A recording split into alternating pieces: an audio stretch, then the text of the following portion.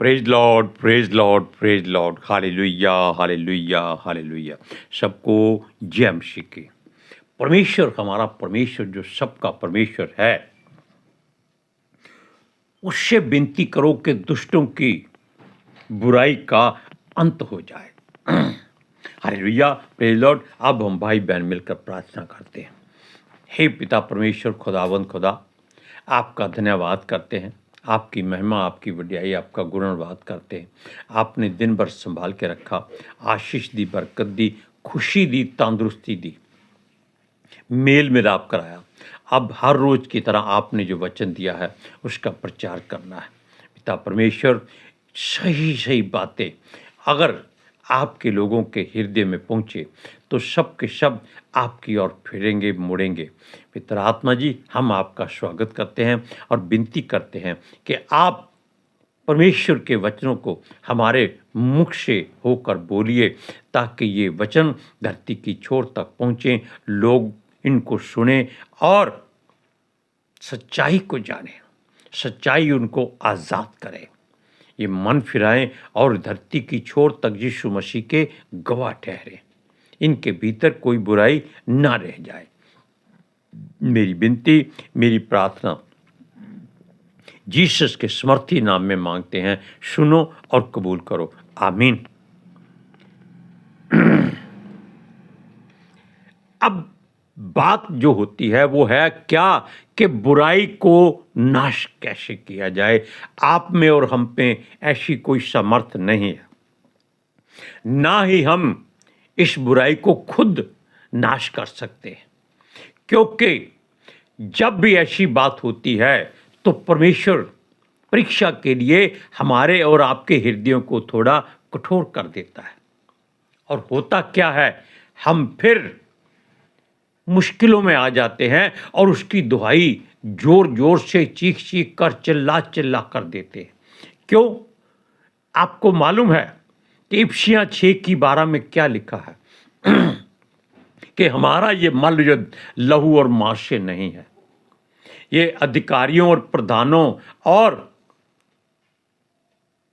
शैतान की दुष्ट सेनाओं से और दुष्ट आत्माओं से है जो आकाश में है। इसलिए आप आकाश पर चढ़ नहीं सकते, उनको पकड़ नहीं सकते, क्योंकि उनके शरीर नहीं होता। इसलिए उनको केवल परमेश्वर की तलवार से ही मारा जा सकता है।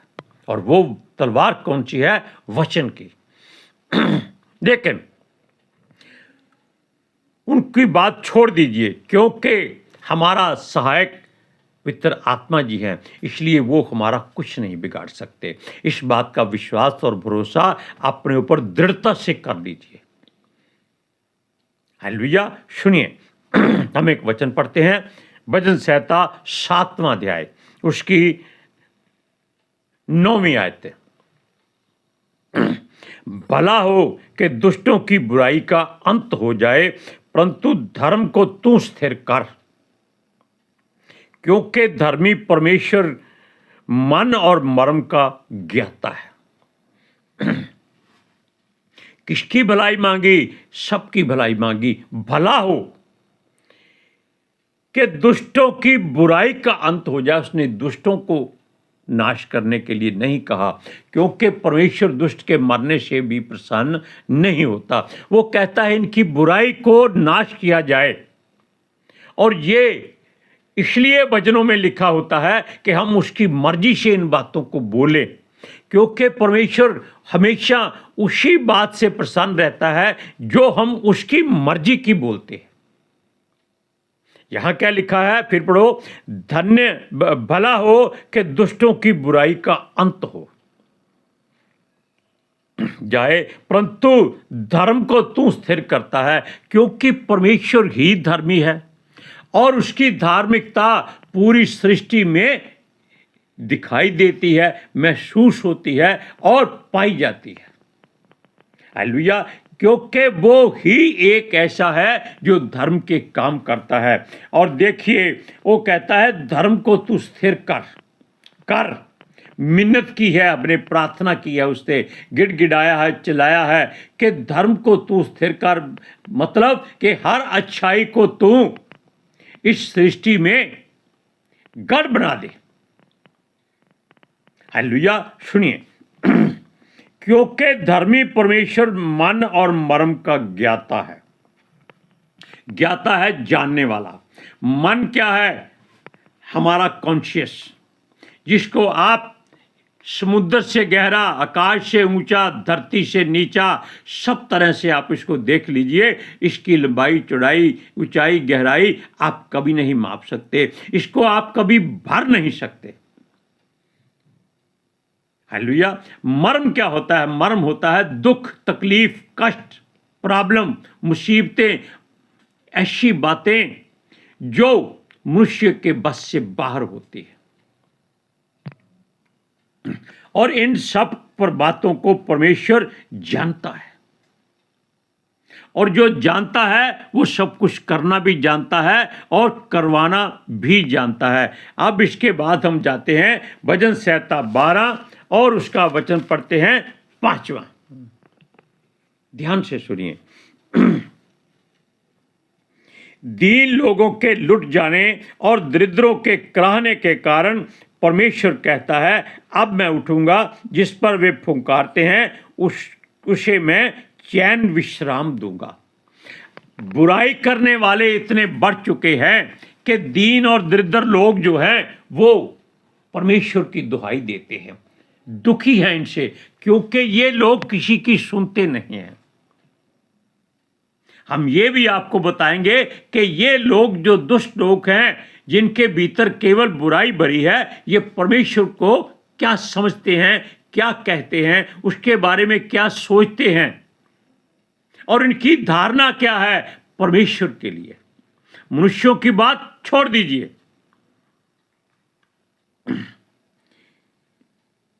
दीन लोगों के लुट जाने और दरिद्रों के कराहने से। दीन कौन है? जिसको कुछ भी आप कह लीजिए वो कभी आपके सामने सिर नहीं उठाएगा, वो कभी आपको अपनी जुबान से बुरा नहीं कहेगा, वो कभी आपको श्राप नहीं देगा, वो चुप रहेगा और वो परमेश्वर की ओर हमेशा देखता रहेगा। इसकी मिसाल सबसे बड़ी है हमारा प्रभु यीशु मसीह, जिसको कितनी ताड़ना पड़ी, कितना दुख और कष्ट सहना पड़ा। आप जानते हैं, उसने उफ तक नहीं की, हाय की तो बात ही अलग है। फिर उसने सबको आते ही माफ कर दिया, ताकि और भी जो करना है कर लो, मैं तुम्हें हृदय से क्षमा करता। और पिता से भी कहता है कि हे पिता, इन्हें क्षमा कर, ये नहीं जानते ये क्या कर रहे हैं। हालेलुया। सुनिए, वो कहता है दरिद्रों के कराहने से।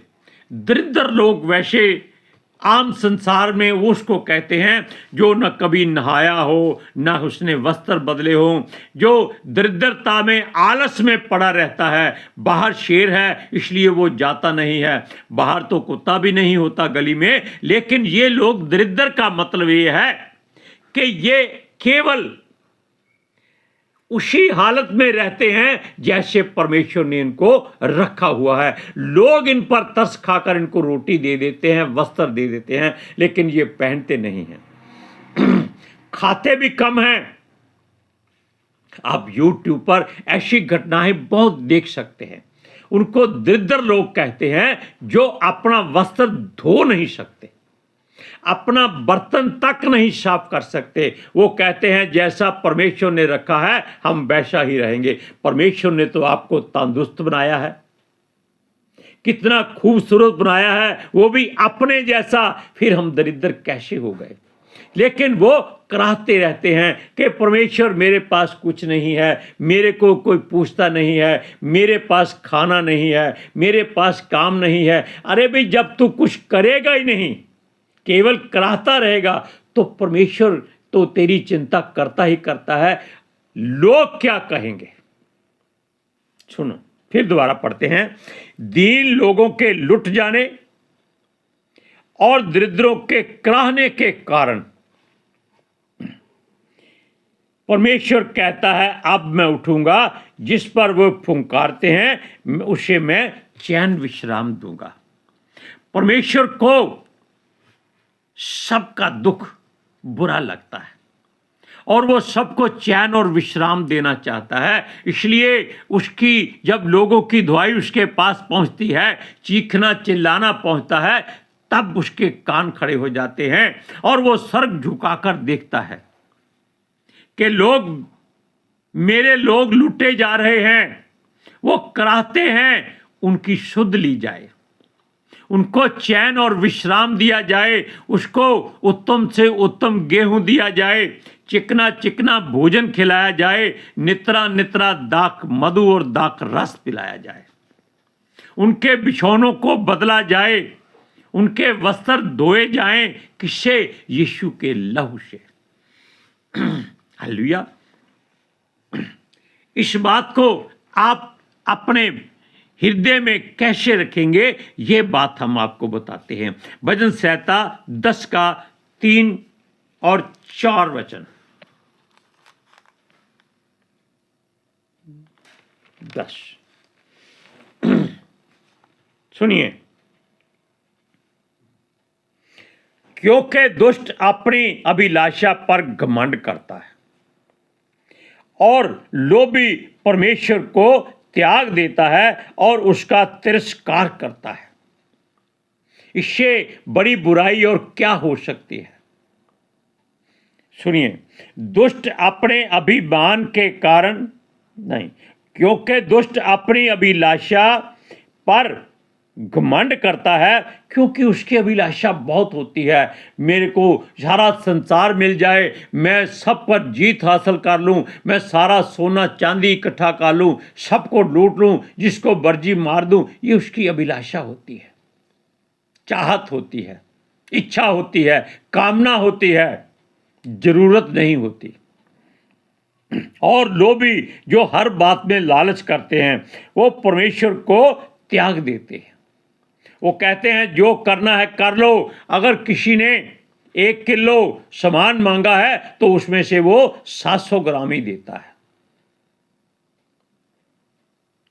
इसलिए वो परमेश्वर को त्याग देते हैं और उसका तिरस्कार करते हैं। जा भाई, तू जो करना है कर, मैं तुझसे नहीं डरता। 4था वचन है, दुष्ट अपने अभिमान के कारण कहता है वह लेखा नहीं लेने का।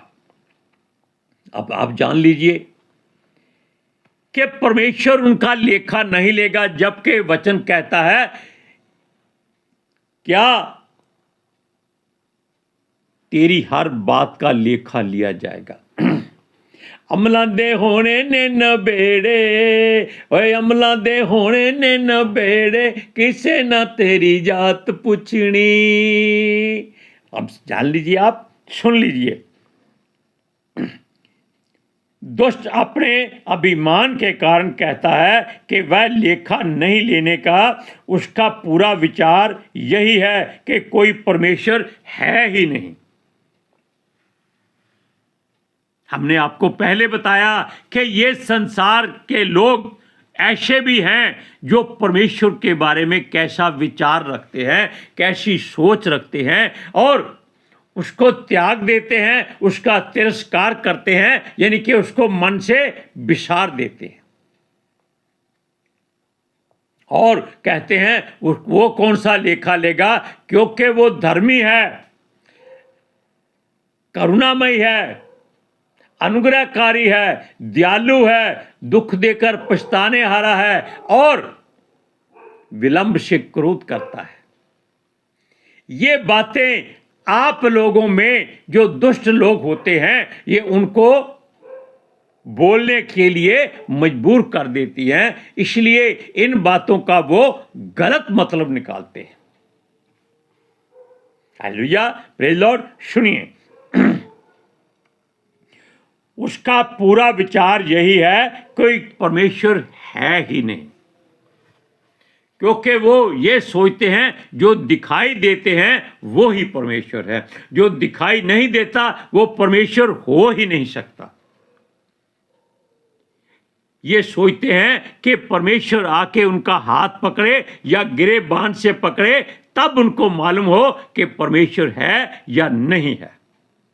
बीमार हो जाते हैं, एक्सीडेंट हो जाता है, कुछ भी हो जाता है, इनको तब भी कोई असर नहीं होता। तब भी ये अपनी धूप जलाते रहते हैं और अपने चिराग जलाते रहते हैं, पेड़ों के नीचे प्रार्थना करते रहते हैं, ये दीवारों को सर लगा लगा कर प्रार्थना करते हैं।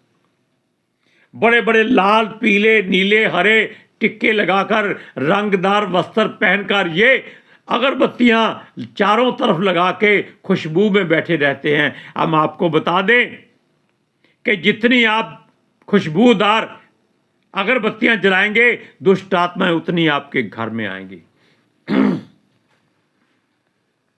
क्यों?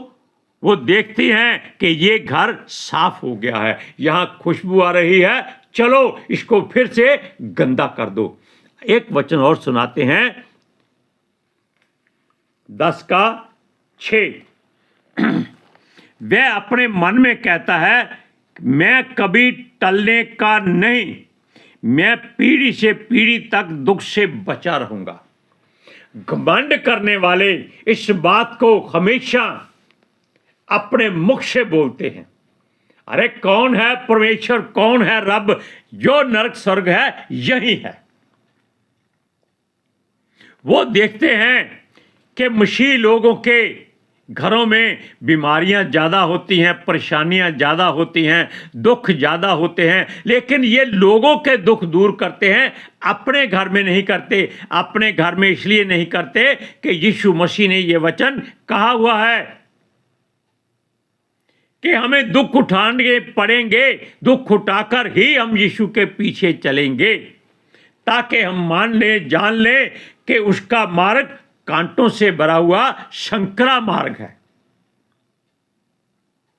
लेकिन खास बात क्या है कि मसीही लोग गरीब होते हुए भी दूसरों को धनवान कर देते हैं, बीमार होते हुए भी दूसरों को तंदुरुस्त कर देते हैं। हालेलुया। करने वाले वो नहीं होते, उनके मुख से जो वचन निकलता है यीशु मसीह उसको पूरा कर देता है। अब सुनिए, वो कहता है मैं कभी टलने का नहीं, जो होता है हो जाए, मुझे किसी की परवाह नहीं, मैं जैसा हूं वैसा ही रहूंगा। सुनिए, मैं पीढ़ी से पीढ़ी तक दुख से बचा रहूंगा। वो अपना धन जोड़कर, बड़ी बड़ी कोठियां, बिल्डिंगें बनाकर, चारों तरफ लोहे के जंगले लगाकर, 20-25 कुत्ते पालकर और 10-20 बॉडीगार्ड रखकर अपने घर में दुबका रहता है, बाहर नहीं निकलता। वो कहता है मैं किसी की परवाह नहीं करता, किसी से डरता नहीं। आप बताइए कि सबसे ज्यादा डर तो उसी को लगा हुआ है। झोंपड़े में रहने वाले कभी कुंडी ताला नहीं लगाते, क्योंकि झोंपड़े को कभी ताला नहीं लगता, और वो ऐसे पड़े होते हैं कि कुत्ते भी उनके साथ जाकर सो जाते हैं, ताकि उनको भी गर्मी मिले, सर्दी में वो बच जाएं। और वो कभी उनको भगाते नहीं हैं। वो कहते हैं ठीक है सो जाओ, सब सो जाओ, बोलना नहीं, आवाज ना आए। मुझे गहरी नींद आई है, क्योंकि वो सारा दिन थक कर, काम कर कर, मेहनत करके उनके जिस्म एकदम बॉडी बिल्डरों जैसे होते हैं, और वो आराम से गहरी नींद सोते हैं। जैसा वचन में लिखा है, जब तू लेटेगा तुझे भय न लगेगा, जब तू लेटेगा तुझे सुख की नींद आएगी। ये बात उन पर लागू बहुत ज्यादा होती है। हम लोग फिर भी रात को उठकर कई बार घबरा जाते हैं कि कोई है, लेकिन ये घमंडी लोग कहते हैं हम टलने के नहीं हैं, बल्कि पीढ़ी पीढ़ी वो सोचते हैं हम बचे रहेंगे। अरे भाई, तुम पत्थर के कीड़े की तरह चारों तरफ से घिरे हुए हो, तुम्हें क्या हो सकता है? केवल तब होगा जब तुम्हारी सांस अंदर ही बंद हो जाएगी और बाहर ताले की चाबी गुम हो जाएगी। तब देखेंगे आपका पीढ़ी से पीढ़ी तक चलता है या पौड़ी से पौड़ी तक चलता है।